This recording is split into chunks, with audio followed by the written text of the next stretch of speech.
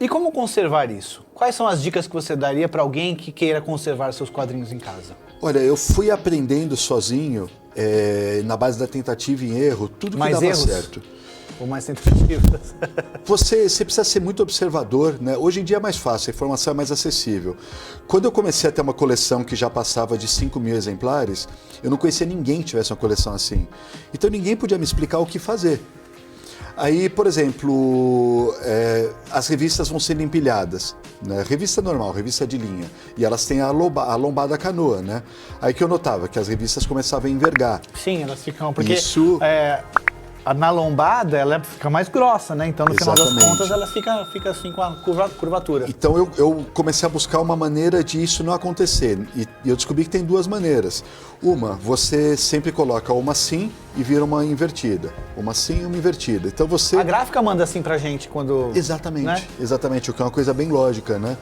Então essa é uma maneira, e aí com o tempo, né, elas vão abaixando, elas acabam envergando tudo por igual, quando chega bem no topo da pilha, aí você pega toda a pilha e desinverte ela vai parar retinha. É batata, dá certo, né?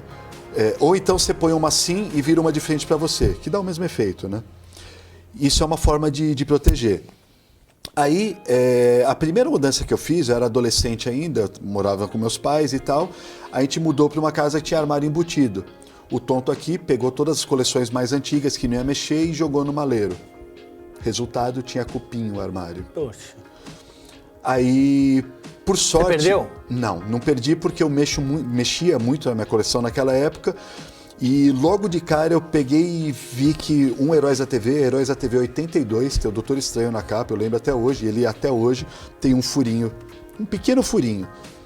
E eu identifiquei rápido. Aí arranquei aquilo tudo, conversei com, obviamente, chamei uma empresa lá, né, que dedetizou e tudo, tal, blá blá blá.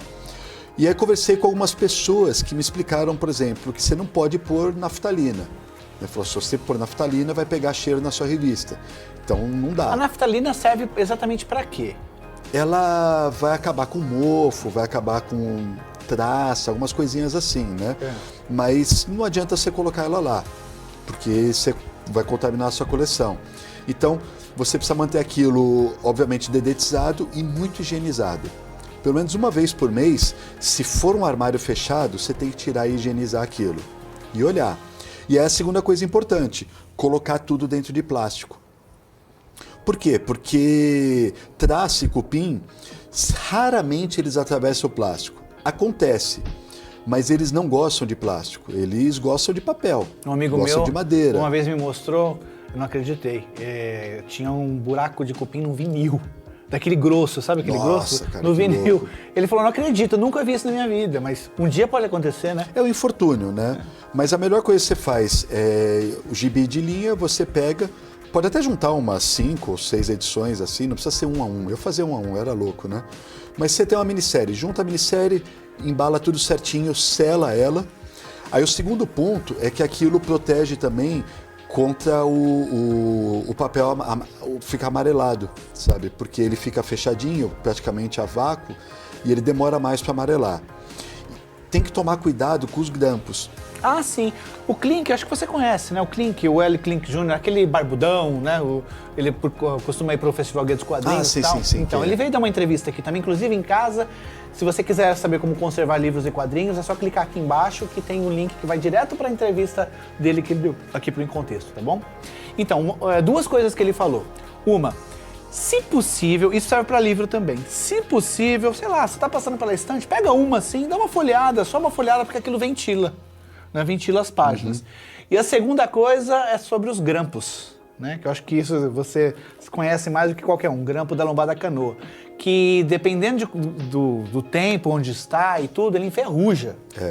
Principalmente os antigos. Os antigos. Os de hoje, eles são até feitos de material mais inoxidável, né? Esses da Panini, por exemplo, eu nunca vi nenhum enferrujar na minha coleção. Mesmo os do início da Panini, que é uma coisa mais recente. Mas você pega um da Block, um da Ebal, é batata, vai enferrujar, cara. O Klink, ele deu a sugestão seguinte, faz o seguinte, esses que estão enferrujando, faz o seguinte, tira, pega a agulha e linha né?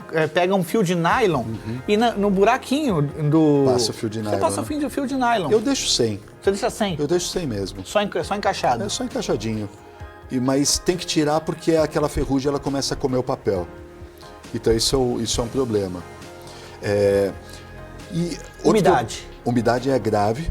Se você vive, por exemplo, uma região de praia, você vive, sei lá, no litoral de São Paulo, em Santos, né? Cara, meu amigo, você precisa ter um monte de antimofo.